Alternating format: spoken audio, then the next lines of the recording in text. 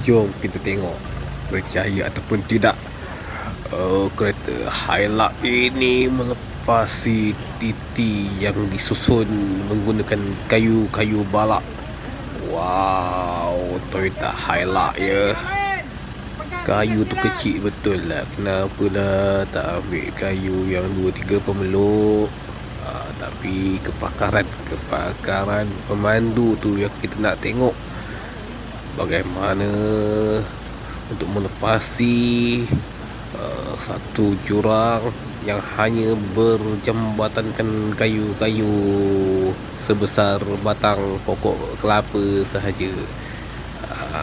Di sini keyakinan amat penting pada pemandu dan juga tunjuk ajar daripada orang sekeliling serta pengalaman pasti akan membuahkan kejayaan.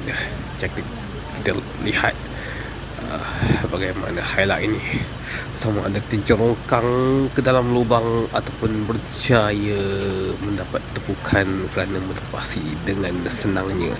Wow, perlahan-lahan. Oh, nampak Slow. itu mudah sekali. Sampai dari belakang baru bawa. Oh, kita bawa basikal pun tak tentu lagi boleh lepas ni. Oh, tahniah.